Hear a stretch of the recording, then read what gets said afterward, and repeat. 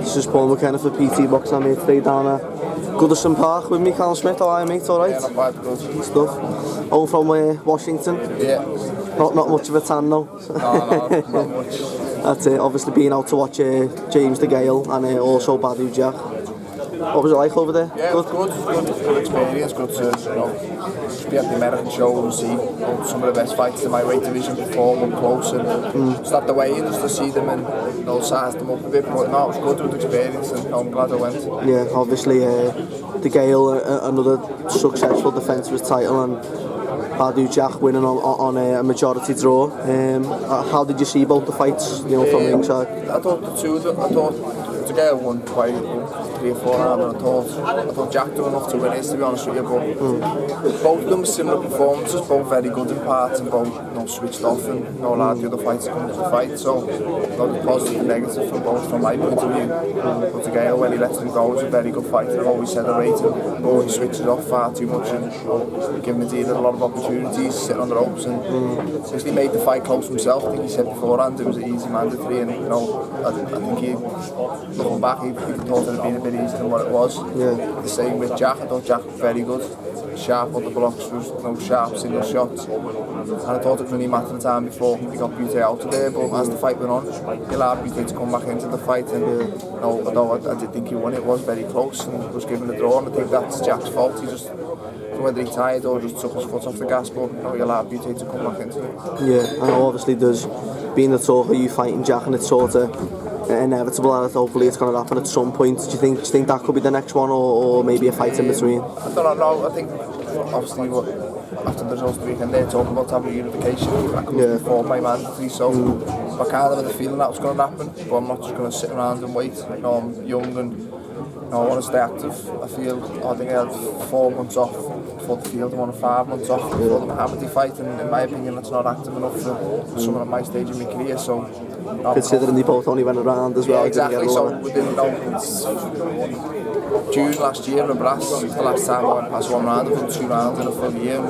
Although, my next fight, if you'd offer me 1 round, I'd take it. It still isn't ideal to, if you have a 1 round win, you want to get back out again pretty soon, and I wasn't allowed to. But I want to stay active and confident and good enough to remain unbeaten. So why not? Why sit around and wait when I can stay in the gym learning? I stay in the gym anyway, but it's different taking over and training for something. You've got something to aim for, so I want to fight, and I'd like to fight on this or any other show pretty soon, so we'll see, but I want to stay active and keep winning. Yeah, would there still be a possibility you fighting on this? Yeah, I think so. I want to speak with Eddie, but they saw on the show pretty soon, but I'm still in the gym, still training, and like I said, I want to get another one in before the end of the season, and then more at the end of the year, but I don't want to just sit around. If I don't fight before the summer, then you're looking like September, October, and that's another 5-6 months out the ring, which I've said I don't want, so we'll see. And just being here and seeing how big this event is and how exciting for it, and I knew it was big, but being at the press conference, I would like to be a part of it, whether it's possible, we'll have to wait. Even if it's at Goodison? Yeah, I'd love Anfield, but maybe for the future, if I keep winning, I can sort my own.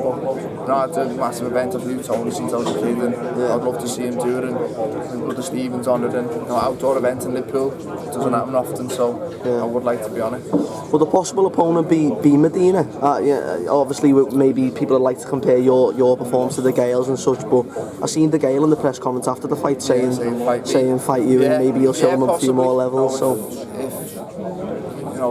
see. If I'm not going to get me shots next year, then a name like that would be good for me to fight, and a good benchmark just to compare myself against he's boxed Ramirez, Jack and Degale, now he's boxed 3 out of 4 champions, so it will be a good fight, and he surprised me, although Degale said he's the worst man of the ever. I think he didn't show that. He performed well on the night. People thought he was going to get took out pretty early, and although I think Degale switched off, we've got to give credit to Medina. He performed out to a skinny box well, and he was tough and he took some good shots, showed he had a good chin, so there would be a fight I'd accept if offered it. As I say, it'd be good to gauge where I'm at. That's it. Just one last question before we go. George Groves fighting Martin Muddy, it's been confirmed on the Joshua undercard. Good fight, what do you make of that? Good fight. Credit to both of them for taking it. They're both after the big fights, and both sort of felt they deserved the big fight, but no, the winner of this probably will get one. The loser, you know, comes back a bit, and you know, I think Murray's had 4 chances, Groves had 3, so you know, a loss in this fight sort of, you know, will another one bit of a crossover fight. There's a lot at stake, so credit to the two of them for taking it, but no, it is a good fight, one I'm looking forward to stylistically. I think Groves will box a lot more, and you know, Martin will try and, you know, close him down, and away from Groves has been known to tire, and Martin's known for how he's injured, so you know, it is a very interesting fight, one that as a fan I'm looking forward to, and you know, the my weight division and possible future opponent, so I'll pay close attention to it. 100%, mate. Alright, mate. Well, I'll let you go. Nice one speaking to us as always, mate, and we'll see you soon.